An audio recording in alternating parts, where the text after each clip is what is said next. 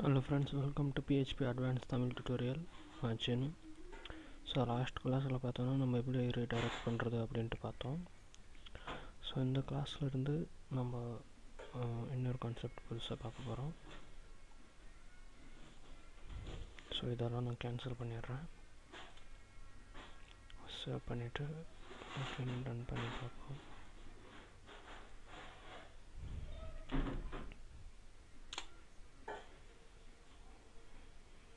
Sorry, இது எக்ஸாம்ப் நான் இன்னும் ஆன் பண்ணல. ஸோ ஆன் பண்ணிடுறேன். MySQL இப்போது ஆன் பண்ணணும் அப்படின்ற ஒரு அவசியம் இல்லை, ஏன்னா நம்ம இப்போதைக்கு MySQL கூட இன்னும் ஒர்க் பண்ணல. ஸோ நான் ஸ்டாப் பண்ணிடுறேன். MySQL ஒர்க் பண்ணும்போது நம்ம ஸ்டார்ட் பண்ணால் போதும். இப்போதைக்கு நம்ம வெறும் அப்பாச் சர்வரை மட்டும் ரன் பண்ணிங்கன்னா கூட ஒர்க் ஆகும். ஸோ இப்போ இது டெமோவில் இருக்குது. நான் இதை சேஞ்ச் பண்ணுறேன். எடுக்கிறேன். ஸோ எம்டியாக இருக்குது, நம்ம எம்டியாக தான் வச்சுருக்கோம். இப்போ இங்கேருந்து நம்ம ஒர்க் பண்ணலாம். ஸோ இப்போ நம்ம ஐபி அட்ரஸ் கண்டுபிடிக்கிறதுக்கு நம்ம ஆல்ரெடி யூஸ் பண்ண நம்மளோட சர்வரை தான் நம்ம யூஸ் பண்ண போகிறோம். ஸோ சர்வர் வேரியபிள்குள்ளார தான் நம்ம ஐபி அட்ரஸ்க்கு ஃபங்க்ஷன் பார்த்தோன்னா ரிமோட் அண்டர்ஸ்கோர் அட்ரஸ் அப்படின்றதோட ஷார்ட் நேம் ADDR. ஸோ நம்ம இதை ஒர்க் பண்ணிங்கனாவே போதும்.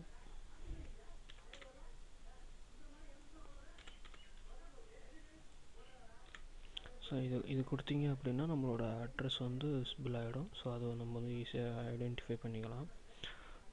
நான் இதை ஒரு வேரியபிளில் போட்டுடுறேன். IP underscore address equal to, இப்போ இது பார்த்தோன்னா ஐபி அட்ரஸில் இருக்குது. நான் இதை எக்கோ பண்ணி பார்ப்போம். எக்கோ அட்ரஸ் நான் சேவ் பண்ணிட்டு இதை ரன் பண்ணி காட்டுறேன். பார்த்தீங்கன்னா 1 அப்படின்னு வந்திருக்கு. பார்ப்போம் என்ன அப்படின்ட்டு.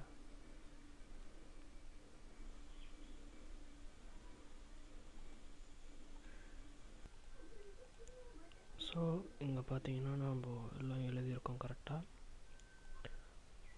ஐபி அட்ரஸ் பார்த்தோன்னா 1 அப்படின்ட்டு வருது. ஸோ இது லோக்கல் ஹோஸ்ட்டுக்கு 1 அப்படின்ட்டு டிஸ்பிளே ஆகுது. ஸோ நம்ம இது டிஃப்ரெண்ட் வேறு மெத்தடில் கூட பார்ப்போம்.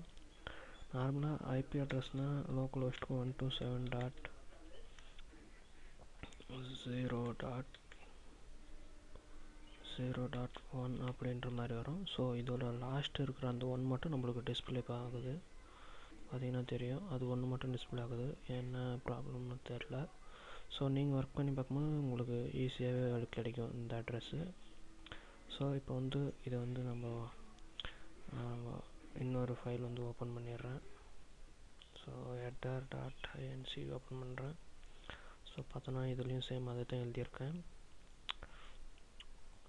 இப்போது இது ஐபி அட்ரஸுக்கு ஈக்குவல் பண்ணியிருக்கேன். ஸோ இந்த இடத்துல இதை நம்ம கேன்சல் பண்ணிடலாம். எடுத்துகிட்டு அதுக்கு பதிலாக அதை ரெக்வயர் பண்ணிடலாம். require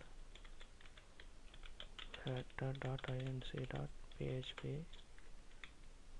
ஸோ இப்போது நம்ம சேவ் பண்ணிட்டு ரன் பண்ணனாலும் நம்மளுக்கு சேம் அதை தான் கிடைக்கும். பார்த்திங்கன்னா தெரியும். ஸோ இப்போ இந்த மாதிரி மெத்தடில் நம்ம ஐபி அட்ரஸை ரொம்ப ஈஸியாக ஃபைண்ட் அவுட் பண்ணலாம்.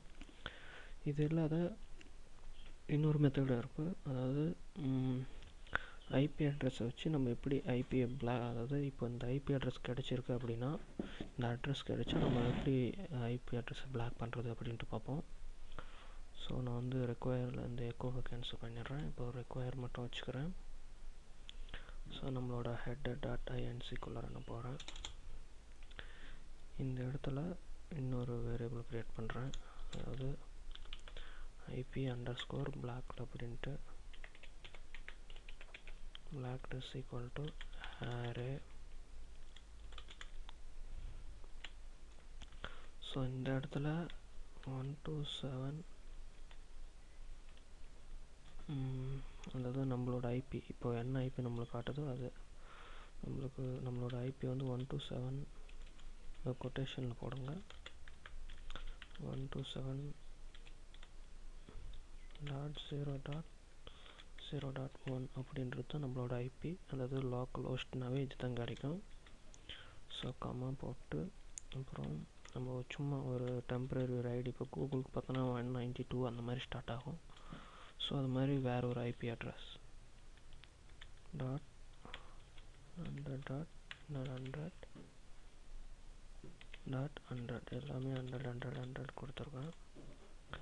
ஸோ பார்த்தோன்னா இப்போது இதில் இந்த ஐபி அட்ரஸ் வந்து நம்மளுக்கு பிளாக் பண்ணணும். இது அதெல்லாம் பிளாக் பண்ணக்கூடாது அப்படின்ற மாதிரி நம்ம எழுதுவோம். ஸோ இது வந்து சும்மா நம்ம டெம்பரரி கிரியேட் பண்ணது. இப்போ இந்த கீழே வந்து நம்ம ரெக்வயர் வந்து ஆல்ரெடி, ஸோ நம்ம வந்து இதை எழுதியாச்சு. இப்போது இதில் நம்ம வந்து நம்மளோட இண்டெக்ஸ் ஸ்டார்ட் பண்ணலாம். இங்கே வந்து ரெக்வயர் பண்ணிட்டீங்க. இந்த இடத்துல நம்மளோட ஃபார் ஈச் எழுதலாம். ஃபார் ஈச் ஸ்டேட்மெண்ட் மூலிமா $IP_block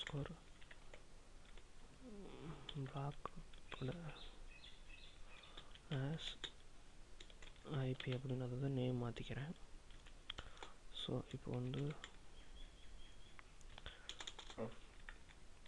இதில் வந்து அதாவது நம்மளோட ஐபி வந்து டபுள் ஈக்குவல் டு நம்மளோட இப்போ கரண்ட் நம்ம ஃபைண்ட் அவுட் பண்ண ஐபியோட மேட்ச் ஆச்சுன்னா